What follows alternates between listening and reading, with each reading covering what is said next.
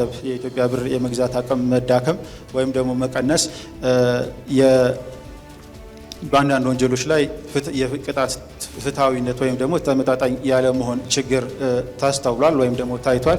ሩሲያ በርካታ የዩክሬን አካባቢዎችን እየተቆጣጠረች እንደምትገኝ አስታወቀች። ባለፉት 3 ዓመታት የአሜሪካ ወታደራዊና የመረጃ ደህንነት ሳይለያት የዘለቀችው ዩክሬንም ከትራምፕ መምጣት ጋር ተያይዞ በተፈጠሩ ለውጦች ተጨማሪ መሬቶቿን ለፑቲን ጦር እያስረከበች ትገኛለች።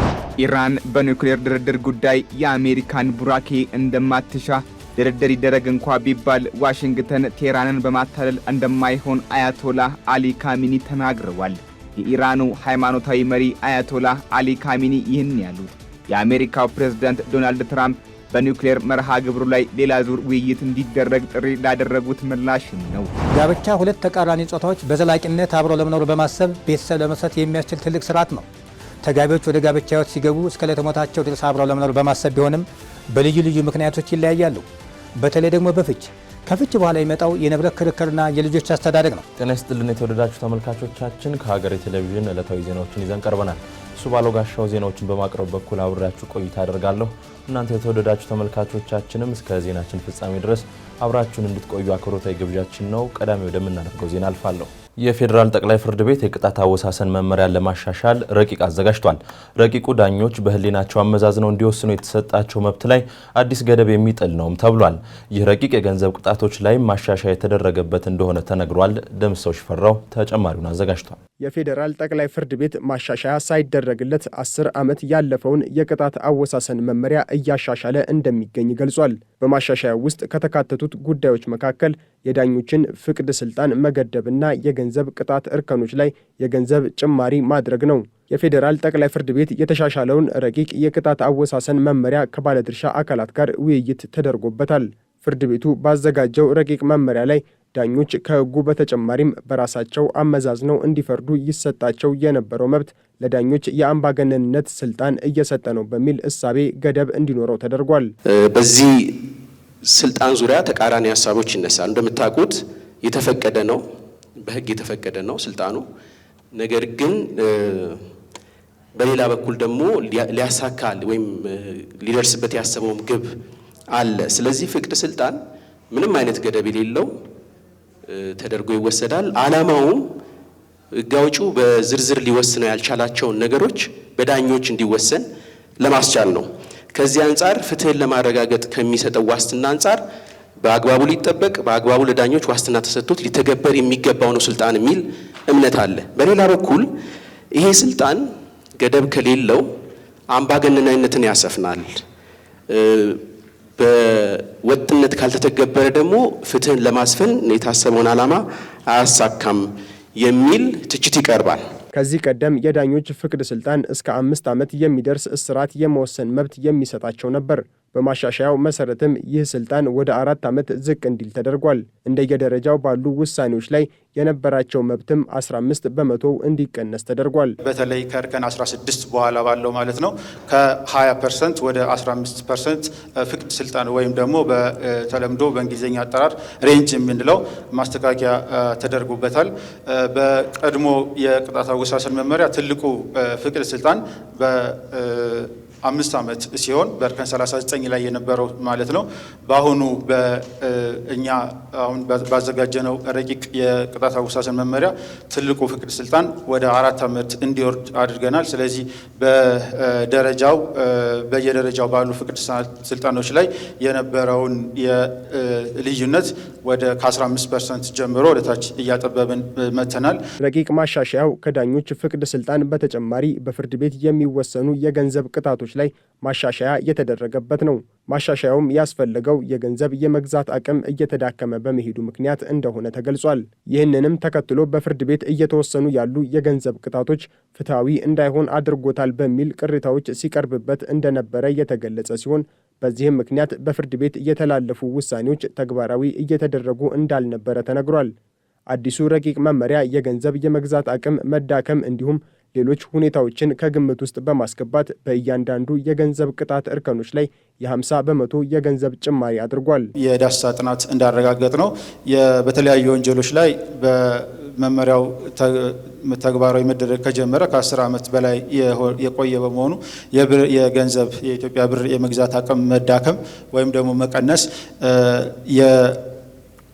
በአንዳንድ ወንጀሎች ላይ የቅጣት ፍትሐዊነት ወይም ደግሞ ተመጣጣኝ ያለ መሆን ችግር ታስተውሏል ወይም ደግሞ ታይቷል። ስለዚህ እነዚህን ወንጀሎች በአብዛኛው በንብረት ላይ የሚፈጸሙና ገንዘብ ነክ ወንጀሎች በመሆናቸው ይህንኑ ታሳቢ በማድረግ የኢትዮጵያን የብሔራዊ ባንክ በተገኘ መረጃ መሰረት የደረጃና እርከን ማስተካከያ ተደርጓል። መመሪያው ለመጨረሻ ጊዜ የተሻሻለው ከ10 ዓመት በፊት በ2006 ዓ.ም ሲሆን የገንዘብ ቅጣቶቹም በጊዜው የነበረውን የብር የመግዛት አቅም ታሳቢ ያደረገ እንደነበረ ተገልጿል። ይሁን እንጂ 50 በመቶ የገንዘብ ጭማሪ የሚደረግ ቢሆንም በወንጀል ሕጉ መሰረት ቅጣቶቹ የተከሳሽን የመክፈል አቅም ከግምት ውስጥ ባስገባ ሁኔታ ተግባራዊ መደረግ ስላለበት ዝቅተኛ የቅጣት እርከን እንዳይቀመጥለት መደረጉን ከረቂቅ መመሪያው ላይ መመልከት ችለናል። ከኢትዮጵያ ጠቅላላ የሀገር ውስጥ ምርት መካከል የግል ዘርፉ ድርሻ ከ15 በመቶ የማይበልጥ መሆኑ ተነግሯል። መንግስት የዘርፉን ድርሻ የሚያሳድጉ ውሳኔዎችን መወሰኑን የገለጸ ሲሆን የኢትዮጵያ ንግድና ዘርፍ ማህበራት ምክር ቤት በበኩሉ የግሉ ዘርፍ እንቅስቃሴ በእውቀት ሊመራ ይገባል ብሏል። ተጨማሪ አለን። በዘመናዊው የአስተዳደር ስርዓት መንግስት የልማት ስራዎችን ማከናወንን ጨምሮ ቁልፍ የሚባሉ የቁጥጥር ስራዎችን ይይዛል። የግሉ ዘርፍም ለሀገራት ምጣኔ ሀብት ማደግ ትልቅ ድርሻ ያለው ስለመሆኑ የዘርፉ ባለሙያዎች ይገልጻሉ። እንደየሀገራቱ የኢኮኖሚ ፖሊሲና ተግባራዊነት ቢለያይም የግሉ ዘርፍ ከአጠቃላይ የሀገር ውስጥ ምርት መካከል ቀላል የማይባል ድርሻ የሚይዝ ነው። በኢትዮጵያ በአንጻራዊነት የግሉ ዘርፍ የተሻለ ምህዳር አግኝቶ መንቀሳቀስ ከጀመረ ከ3 አስርት ዓመታት የዘለለ ዕድሜ የለውም።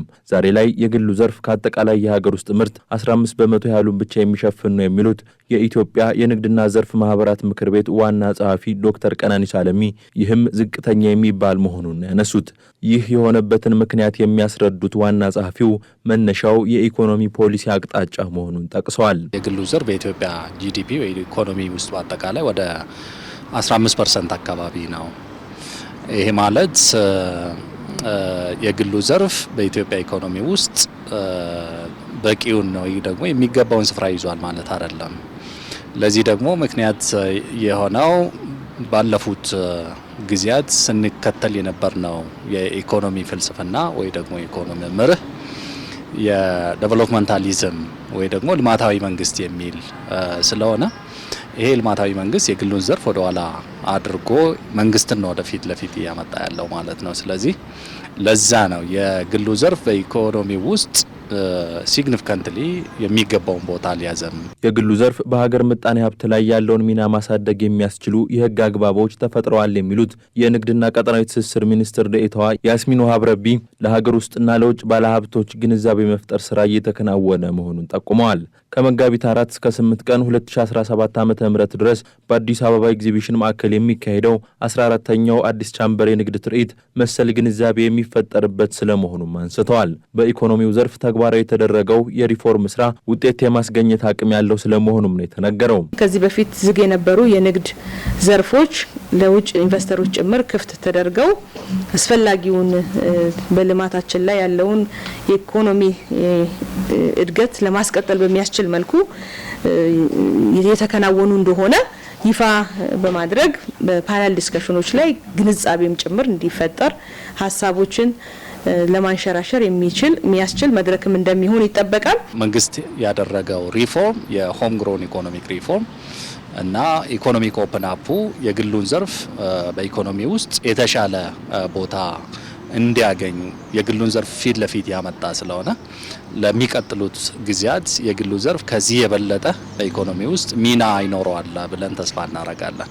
የኢትዮጵያ ንግድና ዘርፍ ማህበራት ምክር ቤት በግሉ ዘርፍ የሚስተዋሉ ችግሮችን ለመቅረፍ ከመንግስት ጋር አብሮ ይሰራል የሚሉት የምክር ቤቱ ዋና ጸሐፊ ዶክተር ቀናኒሳ አለሚ የግሉ ዘርፍ በእውቀት የሚመራ ስራ እንዲያከናውን የሚያስችሉ ስልጠናዎች እየተሰጡ ነው ብለዋል። በግሉ ዘርፍ የሚነሱ እንደ ማነቆ የሚነሱ ጉዳዮችን በመለየት እነሱን ለመንግስት በመስጠትና ተፈጻሚነታቸውንም በመከታተል ረገድ እና የግሉ ዘርፍ ደግሞ በትሬኒንግ ወይ ደግሞ ስልጠና በማዘጋጀት ስልጠናዎችን እየሰጠን እንገኛለን። የግሉ ዘርፍ እውቀት መሰረት አድርጎ የሚመራ ከሆነ ቢዝነሱን የኢኮኖሚ መሪነቱን የሚለውን ሪያላይዝ እያደረግን ስለምንሄድ እንደዛ እያደረግን የአቅም ግንባታ ስራዎችን እየሰጠን ከመንግስት ጋር ተቀራርቦ በመስራት ደግሞ በግሉ ዘርፍ ማነቆ ተብሎ የሚታዩ እነዛን በመቅረፍ ረገድ በርካታ ስራዎችን እየሰራን እንገኛለን። በወቅታዊ ምጣኔ ሀብታዊ ጉዳዮች ላይ ውይይት ማካሄድን ጨምሮ የተለያዩ ሁነቶች የሚከናወኑበት አዲስ ቻምበር የንግድ ትርኢት የፊታችን ሐሙስ መጋቢት 4 በኤግዚቢሽን ማዕከል ይከፈታል። አሜሪካ ለዩክሬን የምታደርገውን ድጋፍ ካቋረጠች በኋላ የሩሲያ ጦር በርካታ አካባቢዎችን እየተቆጣጠረ እንደሚገኝ ተገለጸ። ጦርነቱን ለማስቆም በሚደረገው ድርድር ላይ በሩሲያ የተያዙባትን መሬቶች ለማስለቀቅ ዩክሬን እንደ መደራደሪያ ትጠቀምበታለች የተባለውን የኩርስክ ግዛትንም እያጣችው ስለመሆኑ ተነግሯል። በላይሁን ፍሳ ሩሲያ በርካታ የዩክሬን አካባቢዎችን እየተቆጣጠረች እንደምትገኝ አስታወቀች። ባለፉት 3 ዓመታት የአሜሪካ ወታደራዊና የመረጃ ደህንነት ሳይለያት የዘለቀችው ዩክሬንም ከትራምፕ መምጣት ጋር ተያይዞ በተፈጠሩ ለውጦች ተጨማሪ መሬቶቿን ለፑቲን ጦር እያስረከበች ትገኛለች። በሞስኮና ኪየቭ መካከል እየተካሄደ የሚገኘውን አውዳሚ ጦርነት ለማስቆም ንግግሮች በቀጠሉበትና የአሜሪካ ባለስልጣናት ከዩክሬን አቻዎቻቸው ጋር በሪያድ ለመገናኘት ቀጠሮ በያዙበት በዚህ ወቅት የሩሲያ ጦር ወደ ዩክሬን የሚያደርገው ግስጋሴ ፍጥነት ከፍ ስለማለቱ ተነግሯል። ትራምፕ ባለፈው ሳምንት ሀገራቸው ለዩክሬን ስታደርገው የነበረውን ወታደራዊ ድጋፍ እንድታቆም ትዕዛዝ ካስተላለፉና በተመሳሳይ የሲአይኤው ዳይሬክተር ጆን ራትክሊፌ ከሩሲያ ጋር የተያያዙ መረጃዎችን ለዩክሬን እንደማያጋሩ ካስታወቁ በኋላ የቮሎዲሚር ዜሌንስኪ ጦር ክንዱ የዛለ ይመስላል። የሩሲያ መከላከያ ሚኒስቴር እንዳስታወቀው ከ7 ወራት በፊት በዩክሬን ተይዘው የነበሩ ምዕራባዊ ኩርስክ ግዛት ውስጥ የሚገኙ 3 መንደሮችን መልሶ ተቆጣጥሯል። የሩሲያ ጦር ግስጋሴ በኩርስክ ግዛት ብቻ የተገታ አይደለም። ይልቁንም ሰሚ በተሰኘችው የዩክሬኗ ግዛት የሚገኙ መንደሮችንም መቆጣጠሯን እያሳወቀች ትገኛለች። በተለይም በዚህ ግዛት ውስጥ የምትገኘው ኖቨንኪ መንደር በሩሲያ ጦር እጅ ላይ መውደቋ የዩክሬን ጦር ግንባር ላይ ለሚያደርገው ተጋድሎ የሚያስፈልጉ አቅርቦቶች ከሚተላለፉበት መንገድ በጣም በቅርብ ርቀት ላይ የምትገኝ መንደር በመሆኗ በአጠቃላይ በዛ ግንባር ኪየቭ በምታደርገው ወታደራዊ እንቅስቃሴ ላይ ተግዳሮት ስለመደቀኑ ተንታኞችን ጠቅሶ አልጀዚራ ዘግቧል። ባለፈው ነሐሴ ወር ላይ ወደ ሩሲያ ኩርስክ ግዛት ዘልቆ የገባው የዩክሬን ጦር ዋሽንግተን የጀመረችው ጥረት ተሳክቶ ለድርድር ወደ ጠረጴዛ የሚመጣ ከሆነ የያዛቸውን የሩሲያ መሬቶች የመደራደሪያ አቅም አድርጎ ይጠቀምበታል ተብሎ እየተነገረ ቢቆይም ከሰሞኑ የበረታው የሞስኮ ክንድ ይህን አቅም ከኪየቭ ላይ ጨርሶ እንዳይነጥቅ አስግቷል። ከወራት በፊት ወደ ኩርስክ ገብቶ የነበረው የዩክሬን ጦር 1300 ስኩዌር ኪሎ ሜትር የሚሸፍን መሬትን ከሩሲያ ነጥቆ መያዙ ሲነገር የነበረ ቢሆንም ባለፉት ጥቂት ሳምንታት ውስጥ የሩሲያ ጦር በማየሉ 800 ስኩዌር ኪሎ ሜትር የሚሆነውን ከዩክሬን ላይ መልሶ በቁጥጥሩ ስር ስለመዋሉ የስካይ ኒውስ መረጃ ያመላክታል። ይህ በሩሲያ በኩል ተጨማሪ መሬቶች ይዣለው መግለጫን በተመለከተ ማስተባበያም ሆነ ማረጋገጫ ከዩክሬን በኩል አለመሰጠቱ ታውቋል። ሆኖም ፕሬዝዳንት ቮሎዲሚር ዜሌንስኪ ለሰራዊታቸው ባስተላለፉት መልእክት ላይ ወራሪ ሲሉ የጠሯትን ሩሲያ በማስወገድና በጽናት እየተፋለማችሁ በመሆኑ ላመሰግናችሁ እወዳለሁ ብለዋል።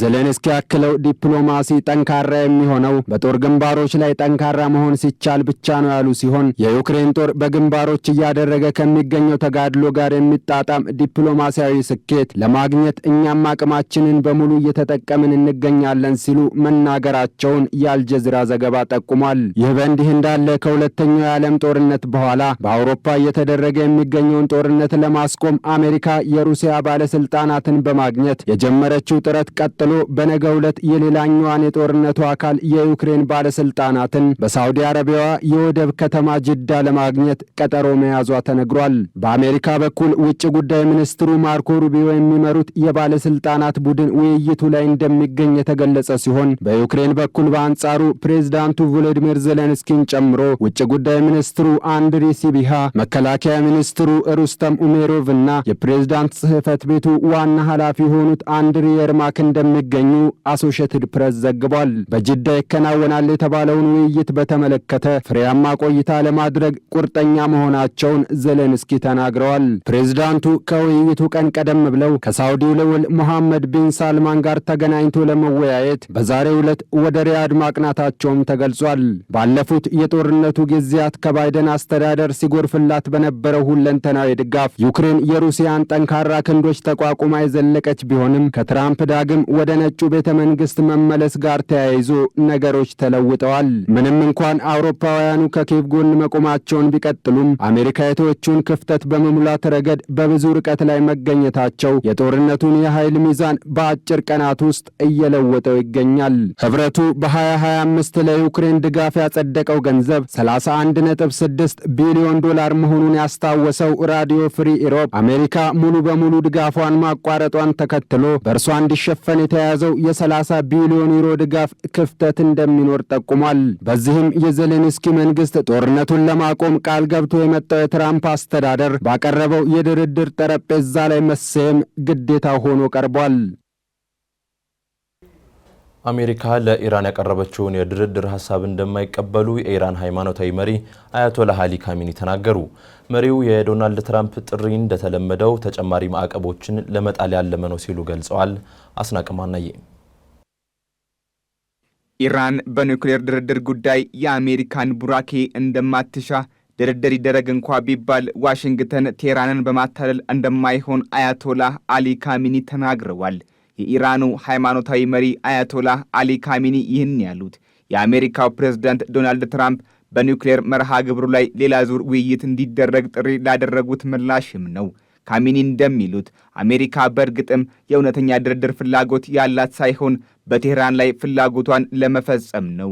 ትራምፕ ቅርባቸው ከሆነው ፎክስ ጋር ባደረጉት ቃለ ምልልስ በኢራን ላይ ሁለት አማራጮች ይዘዋል። አንድም ኃይል፣ ሁለትም ድርድር። አልጀዚራ ላይ እንደተመላከተው መረጃ ከሆነ አያቶላህ አሊ ካሚኒ ሁለቱም መፍትሄዎች በኢራን ዘንድ ቅቡልነት አላገኙም። አሽራቅ አልአውሳት የተባለው የመረጃ ምንጭ የኢራንን ሌሎች ከፍተኛ ባለሥልጣናት ዋቢ አድርጎ ይፋ እንዳደረገው ኢራን ሰላማዊ ውይይቶችን ታጤናቸዋለችም ይላል። ነገር ግን ሃይማኖታዊ መሪው ካሚኒ እንደሚሉት ዋሽንግተን ንግግር ይጀመር ስትል ለሌላ ማዕቀብ እየተዘጋጀች እንጂ ችግሮችን ለመፍታት በማለም አይደለም ሲሉም ተደምጠዋል። ትራምፕ ምርጫውን አሸንፈው ወደ ኦቫል ቤተ መንግሥት ከገቡበት ወርሃ ጥር ጀምሮ ኢራን ምንም አይነት የነዳጅ ሽያጭ እንዳታደርግ እንደሚሰሩ ቃል ገብተውም ነበር። ነገር ግን የኢራን ዋናዋ የድፍድፍ ነዳጅ ተቀባይ ሀገር ቻይና ከአሜሪካ ጋር ሆድና ጀርባ በመሆናቸው እቅዳቸው እንደምን ይሳካል የሚለው የወቅቱ የብዙዎች ጥያቄም ነበር። የቀድሞ የአሜሪካው ፕሬዝዳንት ባራክ ኦባማ በፈረንጆቹ 2015 ከስምምነት ደርሰውበት የነበረው የኢራን ኒውክሌር ፕሮግራም ትራምፕ በመጀመሪያው የሹመት ዘመናቸው ማፍረሳቸውን መገናኛ ብዙሃን ያስታውሳሉ። ይህ ታዲያ ዛሬም ድረስ የትራምፕ አስተዳደርና የቴህራን አለቆች የማይተማመኑበት እንዲሆኑ አድርጓቸዋል።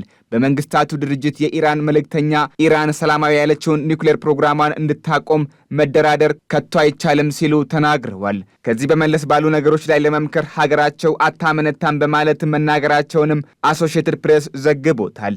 ይሁን እንጂ ቀድሞም ቢሆን የቴህራን አጋር የሆነችው አሁን ከዋሽንግተን ጋር መቀራረብ እያሳየች ያለችው ሞስኮ አሸማጋይ ሆኜ ልምጣ ማለቷም ሮይተርስ ባሳለፍነው ሳምንት የዘገበው ነው። የተባበሩት መንግስታት የኒውክሌር ተቆጣጣሪ ዲፕሎማሲያዊ ጥረቶች ጊዜያቸው እያለፈ እንደሆነ ኢራን ዩራኒየም ማበልጸጓን እንደተያያዘችው በባለሥልጣኑ ራፋኤል ግሮሲ በኩል ማሳሰቡን ብሉምበርግ ዘግቦታል።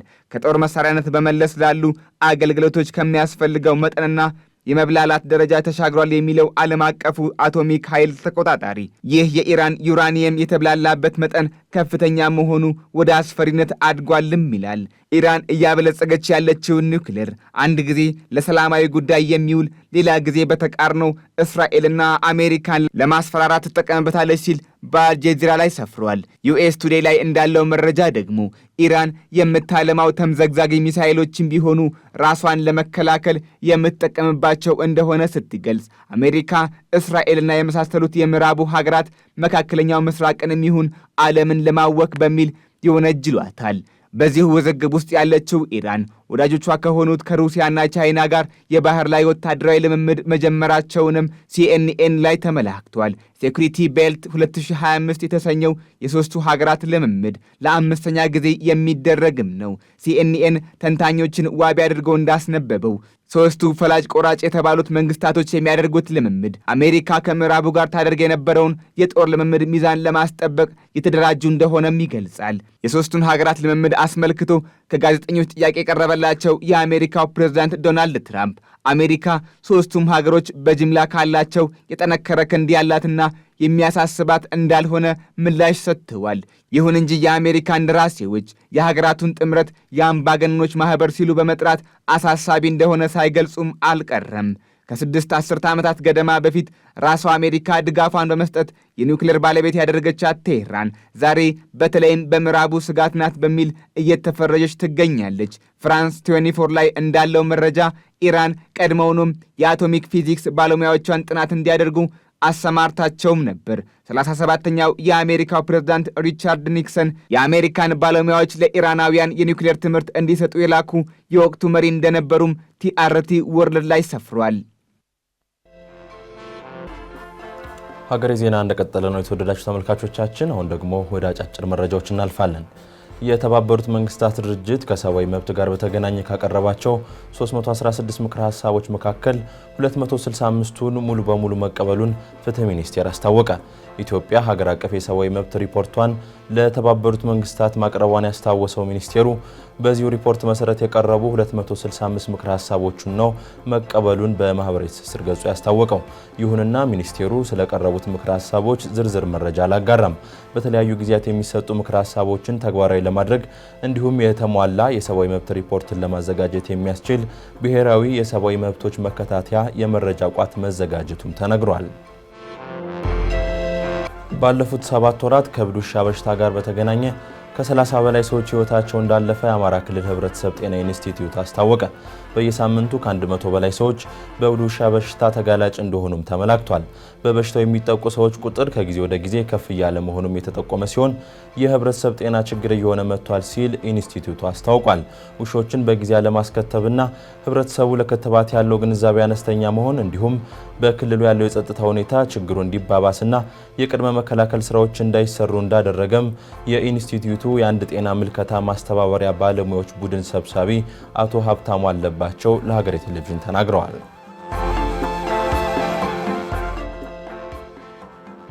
የአሜሪካው ዓለም አቀፍ ተራድኦ ድርጅት ዩኤስኤድ ድጋፍ መቋረጡን ተከትሎ በደብረ ብርሃን ለሚገኙ ተፈናቃዮች ሲሰጡ የነበሩ አገልግሎቶች ላይ ትልቅ መስተጓጎል መፈጠሩ ተነገረ።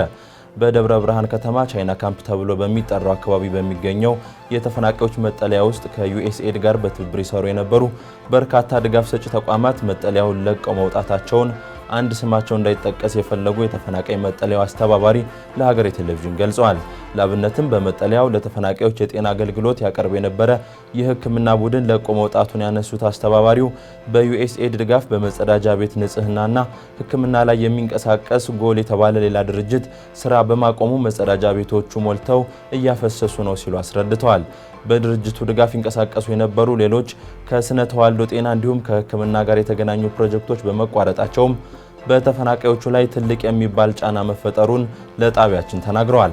የአሜሪካ የውጭ ጉዳይ ሚኒስትር ማርኮ ሩቢዮ በኤክስ ገጻቸው ከ6 ሳምንታት ግምገማ በኋላ መንግስታቸው 83 በመቶ የሚሆነውን የዩኤስኤድ ፕሮግራሞችን መሰረዙን በዛሬው ዕለት ይፋ ማድረጋቸው ይታወቃል።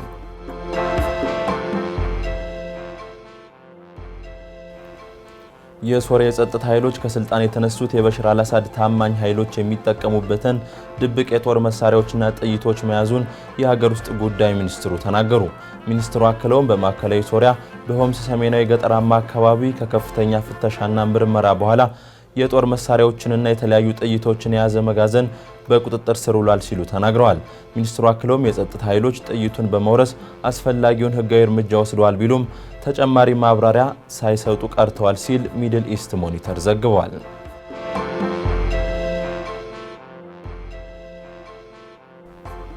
የቀድሞውን የካናዳ ጠቅላይ ሚኒስትር ጀስቲን ትሩዶን ለመተካት የተደረገውን የፓርቲ ውድድር ማርክ ካርኒ ማሸነፋቸው ተገለጸ። የ59 ዓመቱ ካርኒ 152000 በሚጠጉ የፓርቲው አባላት ድምጽ በሰጡበት ውድድር 86 በመቶ የሚሆነውን ድምጽ በማግኘት ማሸነፋቸውን ሲቢሲ ዘግቧል። የጠቅላይ ሚኒስትርነት ኃላፊነታቸውም በካናዳ ጠቅላይ ገዥ ሜሪ ሳይመን በቅርቡ ይጸድቃል ተብሎ እንደሚጠበቅ በዘገባው ተመላክቷል። ማርክ ካርኒ ካናዳ የረጅም ጊዜ አጋር ከነበረችው አሜሪካ ጋር የንግድ ጦርነት ውስጥ የምትገኘውን ሀገር መሪነት የሚረከቡ ሲሆን በቅርቡም ካናዳ ጠቅላላ ምርጫ ማካሄድ አለባት ተብሏል። ጀስቲን ትሩዶ ከ9 ዓመታት የስልጣን ቆይታ በኋላ ባለፈው ጥር ወር ስልጣን እንደሚለቁ ማስታወቃቸው አይዘነጋም።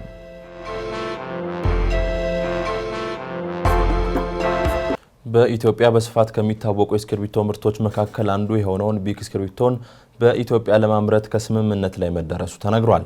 የማምረቻ ፋብሪካው ግንባታ ሲጠናቀቅ ከ1000 በላይ ለሚሆኑ ዜጎች የስራ ዕድል ይፈጥራል የተባለ ሲሆን ምርቱን ከኢትዮጵያ ባለፈ ወደ ምስራቅ አፍሪካ ሀገራት ለማከፋፈል መታቀዱም ተሰምቷል። ሙሴ ከበደ በቢዝነስ ጥንቅሩ ተመልክቶታል።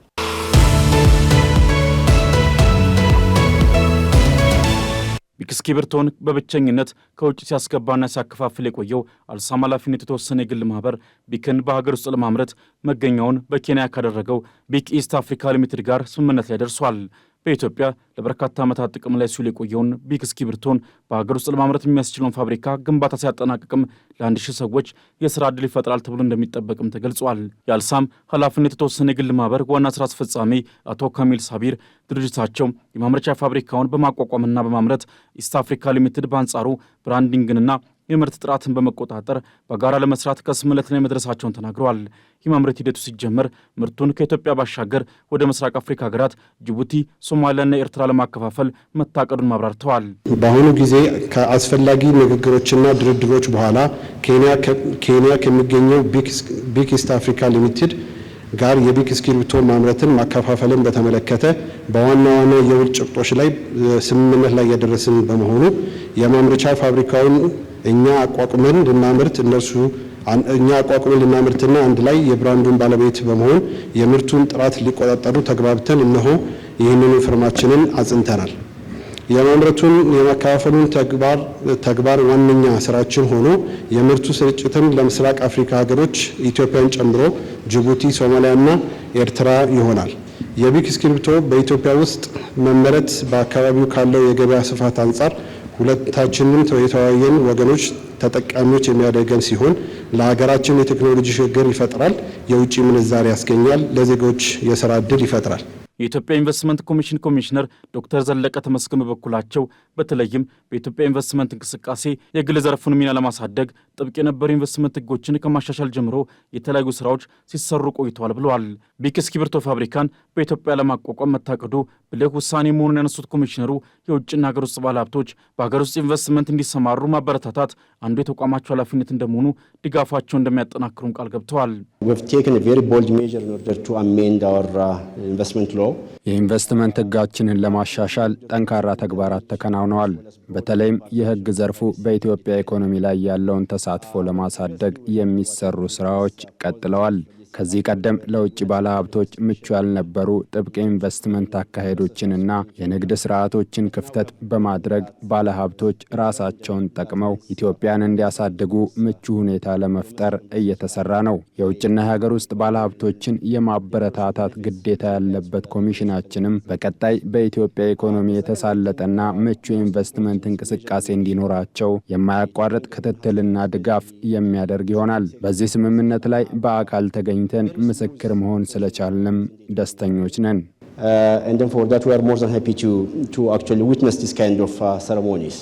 አልሳም ከተመሰረተ 25 ዓመታትን ያስቆጠረ ድርጅት ሲሆን በአስመጭነትና ላኪነት፣ በሀገር ውስጥ ንግድ፣ በማኑፋክቸሪንግ እንዲሁም በሪል ስቴት ዘርፎች ለበርካታ ዜጎች የሥራ ዕድል ፈጥሮ እየሰራ እንደሚገኝ ይታወቃል።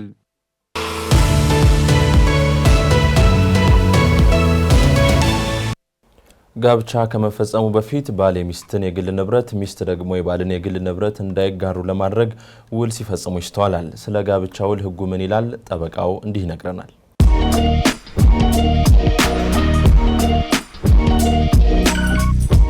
ጤና ይስጥልን። ጠበቃ እንዳርጌ ካሴ ነኝ። ስለ ጋብቻ ውል ሕግ ነክ መረጃ ላካፍላችሁ።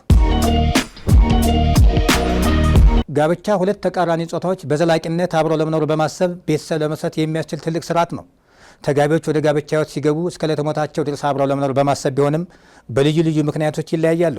በተለይ ደግሞ በፍች ከፍች በኋላ የሚመጣው የንብረት ክርክርና የልጆች አስተዳደግ ነው። አንድ ወቅት ተጋቢዎች ባለመስማማታቸው ምክንያት ፍርድ ቤት ቀርበው የግል ንብረት እያላቸውም ቢሆን ወቅቱን ጠብቆ እልባት ያልሰጠው በመሆኑ የግልና የጋራ ንብረት ተቀላቅሎ ይኖርና የንብረት ባለቤትን እስከ ማሳጣት ድረስ ይደርሳል። በዚህ ረገድ የንብረታቸውን ጉዳይ በጋብቻው ወስነው ሳያልፉ በመቅረታቸው ተጎጂዎቹ ሴቶች መሆናቸውን በተግባር በፍርድ ቤት ክርክር የምንመለከተው ሀቅ ነው። የቤተሰብ ሕጉ ተጋቢዎች ጋብቻቸው ንብረታቸውን በተመለከተ ስለሚያስከትለው ውጤት ጋብቻቸውን ከመፈጸማቸው በፊት ወይም እጅግ ቢዘገይ ጋብቻቸው በሚፈጸምበት ዕለት በውል መወሰን ይችላሉ ማለቱ ባል የሚስትን የግል ንብረት፣ ሚስት የባልን የግል ንብረት እንዳይጋሩ ለማድረግ ነው። የጋብቻ ውል ከጋብቻ ምስክር ወረቀት የተለየ መሆኑን መረዳት ያስፈልጋል።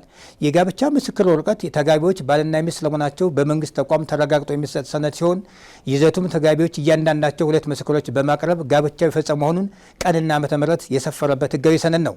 ከፍ ተብለው እንደተመለከተው የጋብቻ ውል የባልና ሚስት ግንኙነታቸውንና የንብረታቸውን ጉዳይ ወስነው የሚያልፉበት ሰነድ ሲሆን አለመግባባት በሚከሰትበት ወቅት የንብረት ክርክሮችን እልባት ለመስጠት ከፍተኛ ጠቀሜታ ያለው ሰነድ ነው። ተጋቢዎች ከጋብቻ በፊት ወይም እጅግ ቢዘገይ በጋብቻቸው ዕለት የንብረታቸው ሁኔታ ወስነው ካላለፉ ለወደፊት ለትዳራቸው አለመስማማትና ለፍች ምክንያት ሊሆን እንደሚችል በመገንዘብ ቀድመው ሊያሰቡበት የሚገባ ትልቅ ጉዳይ ነው። በፍርድ ቤቶች የሚታየው ክርክርም ቢሆን ባልና ሚስት የንብረታቸውን ጉዳይ የግሉ ንብረት በግል የጋራው ንብረት በጋራ በየፈርጁ ለይተው ባለማስቀመጣቸው የተነሳ ውስብስብ ለሆነ ክርክር ሲዳረጉ ይስተዋላል። በጋብቻ ውላቸው ላይ ከጋብቻው አስቀድመው ወይም እጅግ ቢዘገይ በጋብቻው ዕለት የንብረታቸውን ጉዳይ ሳይወስኑ የተቀመጡ ተጋቢዎች ንብረታቸውን በሚመለከት ማለትም የግል ንብረቱን በግል ንብረት የጋራው ንብረት በጋራ ንብረት በማድረግ ውል አዘጋጅተው ፍርድ ቤት ሄደው ማጸደቃቸው ከፍች በኋላ የሚደረገውን የንብረት ክርክር ቀላል ያደርገዋል። አመሰግናለሁ።